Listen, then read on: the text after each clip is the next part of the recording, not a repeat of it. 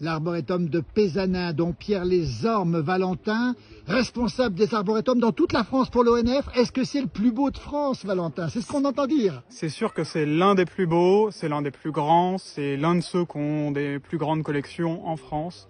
En tout cas, géré par l'ONF, ça c'est certain, ouais.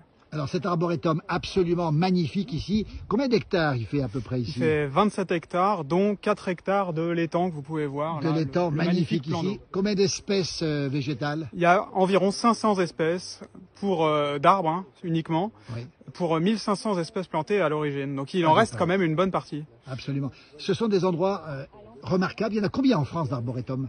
À l'ONF, on en gère environ 130, mais de taille ou d'importance très très variable. Oui.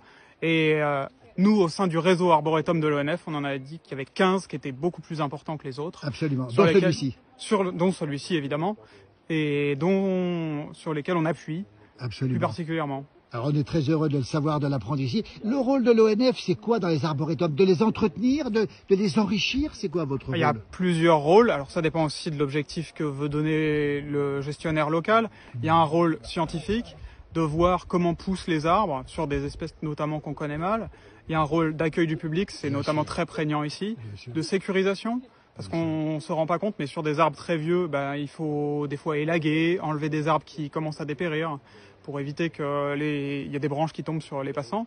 Il y a aussi l'aspect paysager qui est très important sur notamment cet arboretum-là. Valentin, responsable des arboretums de France, qui connaît tous les arboretums, le changement climatique, vous qui êtes le gardien des arboretums, vous le voyez venir, ce changement climatique, dans les arbres? Comment ça se passe? Oui, on observe déjà les arbres qui commencent à fatiguer un peu de façon généralisée sur toute la France, et plus particulièrement, on observe des phénomènes de crise qui s'accentuent.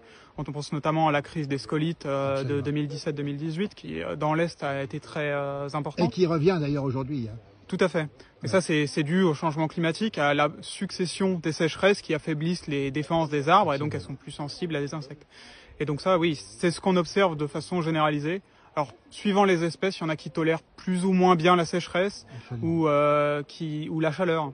Et donc, c'est très variable les résultats, mais effectivement, on commence déjà à observer l'ensemble des forestiers des difficultés. L'arboretum de Pézanin ici, on nous dit aussi que l'arboretum ressource, il y a des ions, des ondes particulières. Vous confirmez, les forestiers? Alors, je ne sais pas s'il y a des ondes particulières, mais en tout cas, il y a une ambiance particulière dans l'arboretum et puis globalement en forêt qui permet de se ressourcer, oui. On mettra le lien avec l'ONF pour retrouver les arboretums de France, pour aller se ressourcer. On en a bien besoin en ce moment, surtout. Tout à fait. Et l'endroit est tellement paisible ici. Pézanin, dont Pierre Lesorme, la Bourgogne du Sud, et il vient de nous le dire, c'est l'un des plus beaux de France, peut-être le plus beau de France, et on peut le visiter sans aucun problème avec toutes ces espèces végétales. Il y a un grand séquoia, il y a du ginkgo biloba, on a aussi des érables forestiers, on a plein de Douglas, et puis ce calme de cet étang. Merci beaucoup, Valentin. Merci. Merci.